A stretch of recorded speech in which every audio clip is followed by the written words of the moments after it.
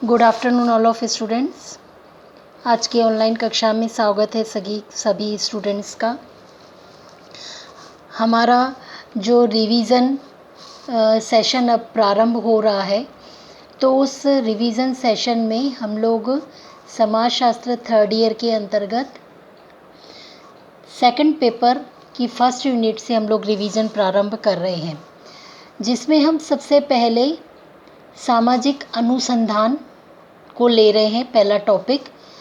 इसके अंतर्गत सामाजिक अनुसंधान क्या है, इसमें क्या परिभाषाएं हैं, उसकी क्या विशेषताएं हैं, और इस प्रकार से हम धीरे धीरे दूसरे आगे के टॉपिकों पर रिवीजन प्रारंभ करेंगे।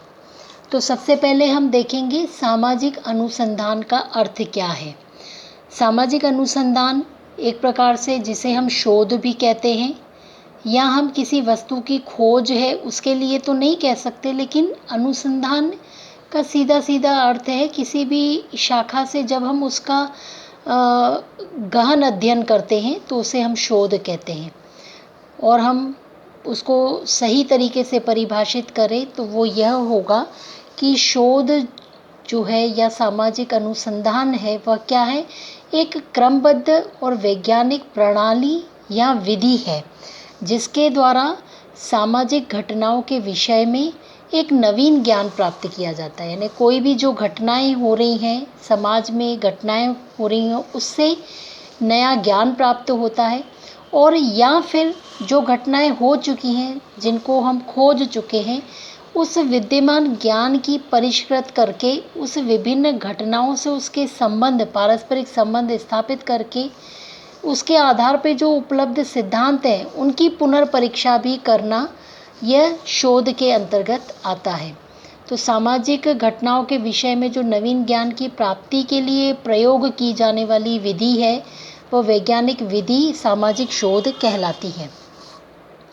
और शोध या अनुसंधान का जो अंग्रेजी शब्द का रिसर्च है उसका हिंदी अनुवाद है री प्लस सर्च। इन दो शब्दों से रिसर्च बना है। री का अर्थ होता है आवृत्ति या पुनः, और सर्च का अर्थ होता है खोज, अर्थात पुनः खोज, बार बार किसी चीज़ को खोजना, यही शोध कहलाता है। तो अनुसंधान जो है इस बात का द्योतक है कि किसी भी समस्या को हम गहराई से देखकर उससे जो प्राप्त निष्कर्ष है, उससे जो ज्ञान प्राप्त किया जा सके, इसी को हम शोध कहते हैं। इसी शोध की सामाजिक अनुसंधान की कई समाजशास्त्रियों ने परिभाषाएं दी हैं।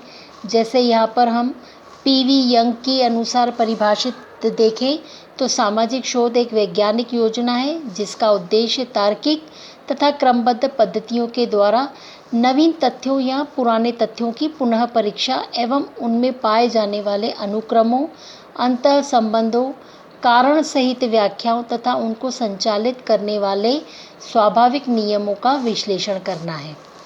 फिशर के अनुसार देखें तो किसी समस्या को हल करने या एक परिकल्पना की परीक्षा करने या नई घटनाएं या नए संबंधों को खोजने के उद्देश्य से सामाजिक परिस्थितियों में उपर्युक्त कार्यविधि का प्रयोग करना ही सामाजिक शोध है। फिर अब हम देखते हैं सामाजिक अनुसंधान की क्या क्या विशेषताएं हैं। तो सामाजिक अनुसंधान की यदि हम विशेषताएं देखें तो सामाजिक घटनाओं से संबंधित होती है। दूसरा, यह वैज्ञानिक पद्धति है। तीसरा, अनुभव परक पद्धति है। चौथा, पुराने तथ्यों का पुनर्सत्यापन। पांचवा, सामाजिक घटनाओं में अंतर संबंध बनाना। छठा, सामाजिक घटनाओं के संबंध में कार्य कारण विवेचना करना। और अंत में सामाजिक सिद्धांतों के निरूपण में सहायक। अर्थात क्या कि सामाजिक घटनाओं का जब भी हम संबंध ज्ञात करते हैं, कोई भी किसी भी प्रकार की सामाजिक घटना हो, तो वह सब अनुसंधान की विशेषताओं के अंतर्गत आएगा।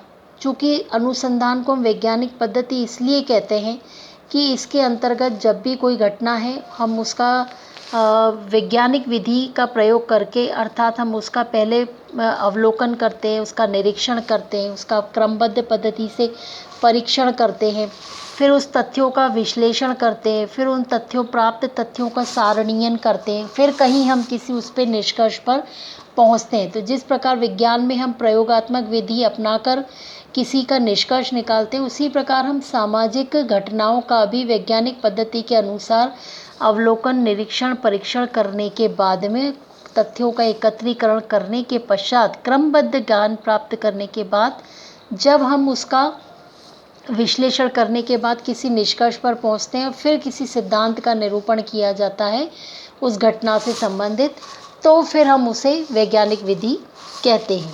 फिर अनुभवपरक पद्धति, चूँकि अनुसंधान एक ऐसा विषय है कि इसके पहले भी कई लोग अनुसंधान किसी विषय पर कर चुके रहते हैं, तो उसका भी अनुभव हमें प्राप्त होता है। इसलिए इसे हम सामाजिक अनुसंधान की विशेषताओं के अंतर्गत हम इसे अनुभवपरक पद्धति भी कहते हैं।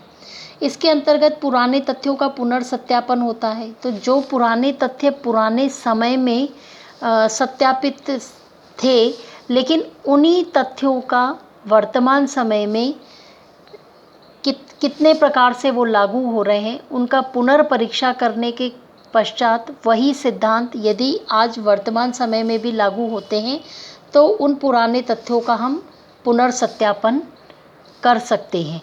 इसलिए यह भी एक सामाजिक अनुसंधान की विशेषता है। फिर चूँकि सामाजिक घटनाओं में वास्तव में क्या है, इसका अंतर संबंध भी ज्ञात किया जा सकता है कि वास्तव में जो सामाजिक घटना हो रही है, जो विवेचन हमने प्राप्त किया है, उसके पीछे, उस कार्य के पीछे क्या कारण है। तो वो कार्य कारण के संबंधों की भी विवेचना करता है, खोज करता है, और अंत में जाकर के सामाजिक सिद्धांतों का निरूपण करने में सहायक है। अर्थात जब हम पूरा विश्लेषण करते हैं, तभी कहीं एक सिद्धांत निरूपित हो पाता है। तो इस प्रकार से सामाजिक अनुसंधान की ये विशेषताओं के अंतर्गत आता है। फिर हम सामाजिक उद्देश्यों की बात करें, तो सामाजिक उद्देश्यों के अंतर्गत हम ये देखेंगे कि सामाजिक संबंधों में जो शोध है, उसके करने के आखिर उद्देश्य क्या है। तो उसका सीधा सीधा उद्देश्य है कि जो भी सामाजिक घटनाएं हैं, उसके संबंध में कोई नई जानकारी प्राप्त हो, नए तथ्यों की खोज हो, यह एक उद्देश्य होता है। दूसरा उद्देश्य यह है कि जो घटनाएं हैं, जो प्राप्त पुराने तथ्य हैं, उनका वापस से सत्यापन कर सके कि वह व्यवहारिक रूप में हमें वास्तव में जो पुराने समय में लागू हो रहे थे वो आज है कि नहीं। तो मुख्य रूप से शोध के दो ही उद्देश्य होते हैं, एक सैद्धांतिक और एक व्यवहारिक। इस प्रकार से जो शोध है, उससे ज्ञान में वृद्धि होती है, और उस ज्ञान की वृद्धि से ही हमें आगे चल कर के उसका प्रैक्टिकली व्यवहारिक रूप से उसका उद्देश्य, जो तथ्य हमें प्राप्त होते हैं, वही उसका व्यवहारिक रूप जब हम प्रैक्टिकली प्रयोग करते हैं और वो सत्य साबित होते हैं, तो इस प्रकार से वो एक सिद्धांत का निरूपण कर पाते हैं। तो सामाजिक शोध के दो ही मुख्य उद्देश्य हैं, एक सैद्धांतिक और एक व्यवहारिक। तो आज हमने सामाजिक अनुसंधान का क्या अर्थ है, उसकी क्या विशेषताएं हैं, और उसकी क्या उद्देश्य है, और उसकी परिभाषाएं, इसके संदर्भ में हमने विस्तृत रूप से समझा, और इसी को हम प्रश्नोत्तर की दृष्टि से कक्षा में समझने का प्रयत्न करेंगे। तो आज के लिए इतना ही। धन्यवाद।